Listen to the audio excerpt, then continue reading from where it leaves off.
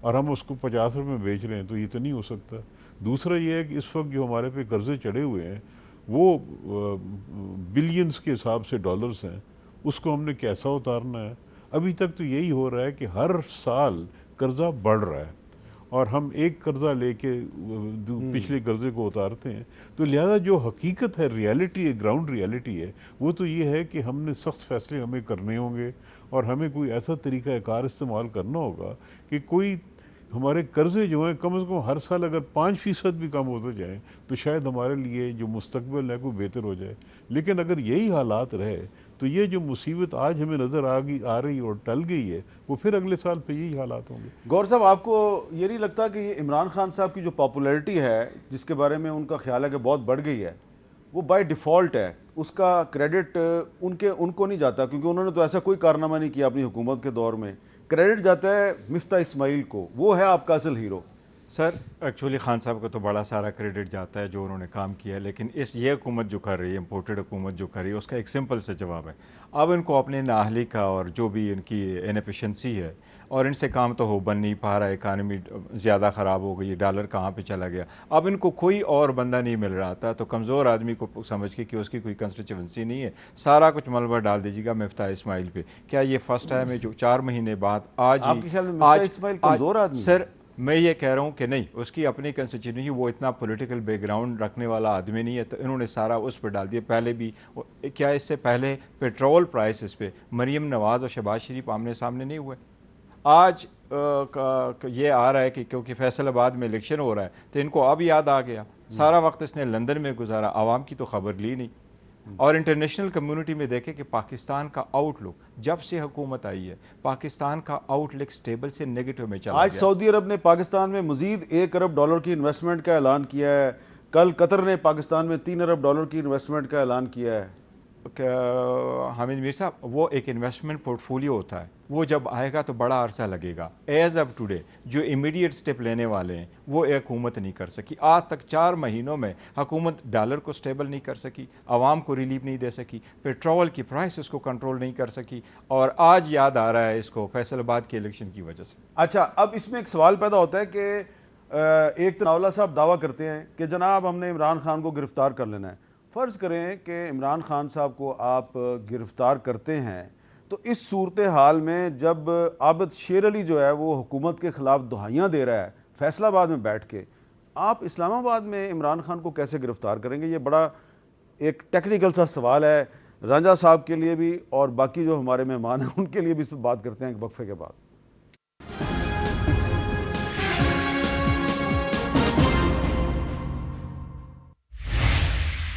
Capital talk میں خوش آمدید۔ تھوڑی دیر پہلے مسلم لیگ کاف کے رہنما رکن قومی اسمبلی مونس لائی صاحب جو ہیں انہوں نے ایک ٹویٹ کیا ہے، اور وہ فرماتے ہیں رانا ثناء اللہ صاحب کو مخاطب کر کے کہ آپ نے ہمارے پرائم منسٹر عمران خان کے خلاف جھوٹے مقدمے بنائے، آپ کے خلاف پاکستانی عوام نے سچا مقدمہ بنایا ہے، گرفتاری عنقریب۔ ایک طرف رانا ثناء اللہ صاحب کہتے ہیں کہ جی عمران خان کی گرفتاری عنقریب، دوسری طرف مونس لائی صاحب کہہ رہے ہیں رانا ثناء اللہ کی گرفتاری عنقریب۔ وسیم سجاد صاحب، ان دونوں کو تو مل کر متاثرین سیلاب کی مدد کرنی چاہیے، یہ ایک دوسرے کو گرفتاریوں کی دھمکیاں دے رہے ہیں، کیسے چلے گی ہماری گاڑی؟ یہ جی بڑا افسوسناک حالات ہیں پاکستان کے